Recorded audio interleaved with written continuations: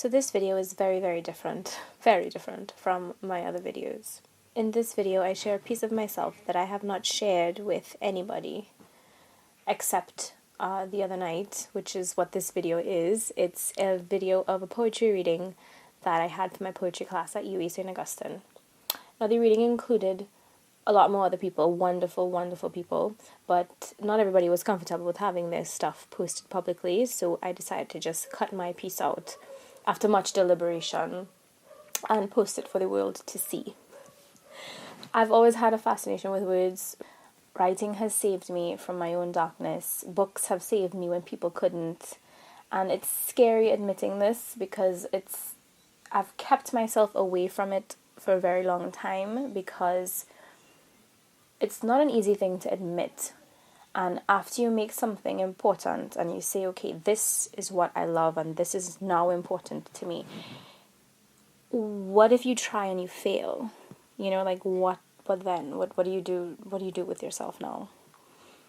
But I've learned that success is not final and failure is not fatal, and it's better to, what is he saying? Try and fail than fail to try, or something. So I hope you enjoy. Keep in mind that I'm very new at this. I will actually be converting my makeup blog into just mainly writing stuff like prose, short stories, poetry, that kind of thing.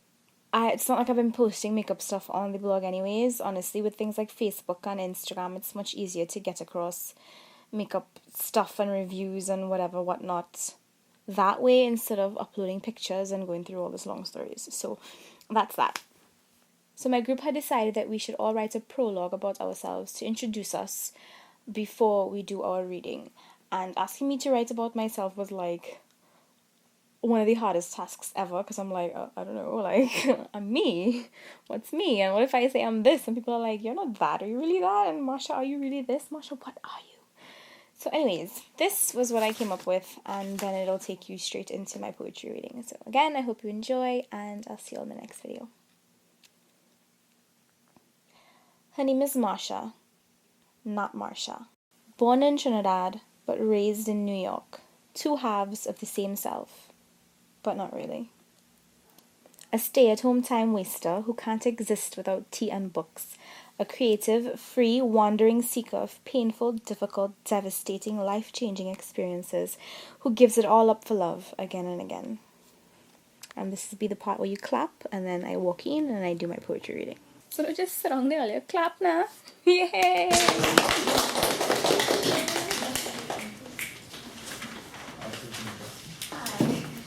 So I'm kind of a hopeful romantic. Not hopeless, because I would just be dreary and depressing, but very hopeful. And I recently suffered, and when I say suffered, like suffered through a heartbreak.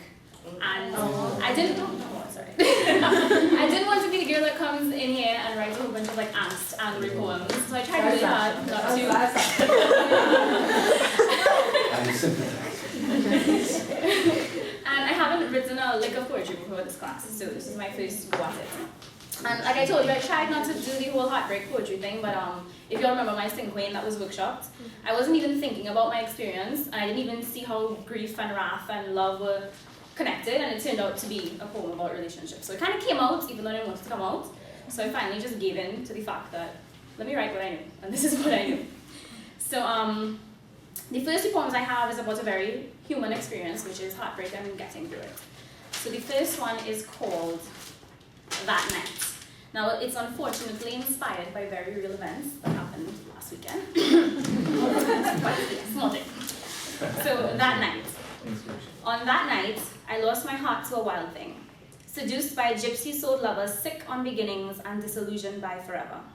On this night, I lost my head at the bottom of four glasses too many. Drinking red wine while whining on a warm body. A drunk pantomime while he's panting he's mine and I could be his concubine. On this night, I lost my sorrows in the music, seductive and destructive like the sea, the ebb and flow of my hips, churning water into milk. On this night, I lost my dignity on the pavement, stumbling out of stumbling, cheek to concrete, too high to notice, too damn proud to care. On this night, I lost myself on my bathroom floor. Naked on my knees, cold, sobering water beating down, mixed with tears and mascara streaming down. mad, wet, and quivering, and it dawned on me, I can't unlove him without first unloving myself.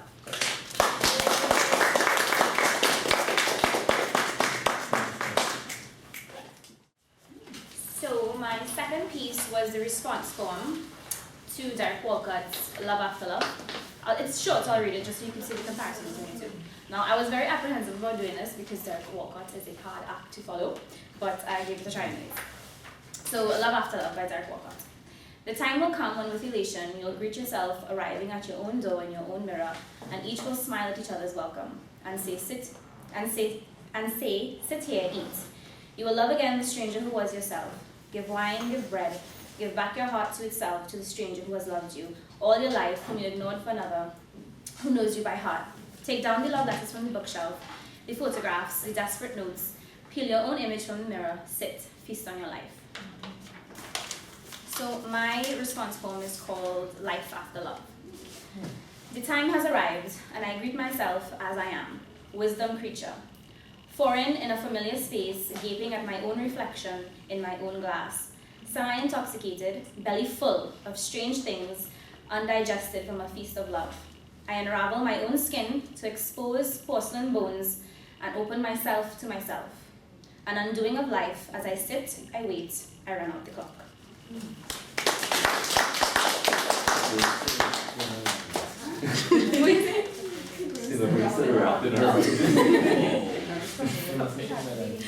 So the last one is completely different from the first two. As when Sapphire introduced me, I was born in Trinidad, but I spent my entire lifetime in New York. And so over here people say my name Marsha, over there people say Marsha, and I don't like Marsha, but deal with it. So this one is very experimental. It's about my whole back and forth. Where your accent? That is a real tricky. Oh, come in, don't worry, come in. So this one is very experimental, first draft, so it's not, I don't know how I feel about it yet. It's Braffett inspired. I feel like when you say Braffett's name, you could get away with a lot of experimental things. So let's see. It's called They Can't Place Me. What I know this one there. Catch me at the X with OG at a Yankee game. What I know about that? You see, I just watched a football match with Trini and Yankee clash. I was a child belonging to Trinbago. Now I'm walking to the bodega on the corner to get a soda, instead of going to the parlor down the road to get a sweet drink. I can get anywhere with a Metro card in a dream, even Wonderland, but not Trinidad. Every night, I wash the city off my skin and watch the subway grime run down the rabbit hole that is my bathtub drain. Wishing I could wake up in the morning and eat a real sauce long doubles and a solo. But instead, settling for a bagel and cream cheese and a non-fat venti soy chai latte with half a shot of espresso and 2 pumps of caramel syrup, no foam. Are you Bangladeshi, Dominican, Arabic? Are you Hindu, Guyanese? What you mixed with? You mixed. I like your hair. You have nice hair. You're mixed, right? Thanks. Great boy. I can't wait to reach home for the holidays. Use one of them rich continent violence. You have the walk and the talk.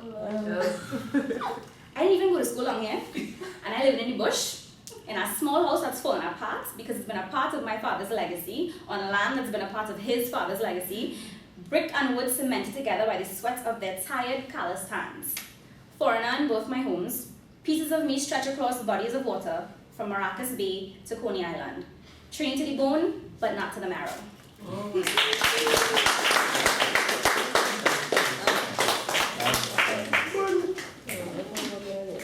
Encore?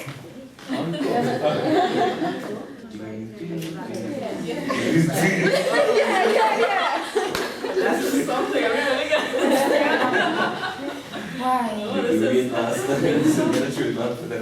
That's the hard act.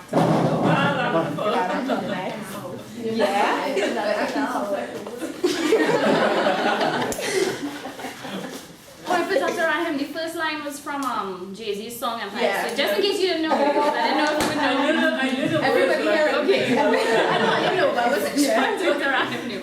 I knew the words, but I can't say what they were. See, Carol didn't know.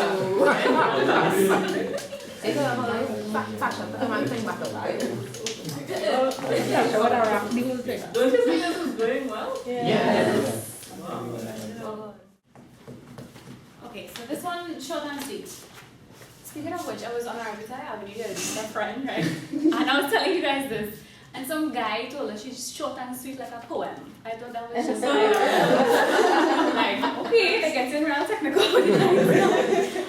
So okay, this one is experimental as well. It was inspired by the collage experiment that we did. So I took a page from my favorite book, Alice's Adventures in Wonderland. So page 4. And I circled phrases and words that I liked, and I tried to make something artistic out of it. Yes! Right. So it's called Alice. How she longed to get out and wander, and wish for things impossible. No use in wait. Alice. How she longed to get out and wander, and wish for things impossible. No use in waiting this time, but not in a hurry. See, poison and other unpleasant things burn and cut deeply. It bleeds. Sooner or later.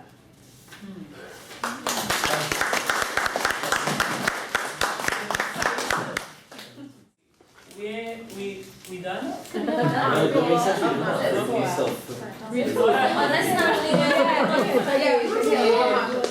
Yeah. Oh, Marshalls, yes. I'm sorry.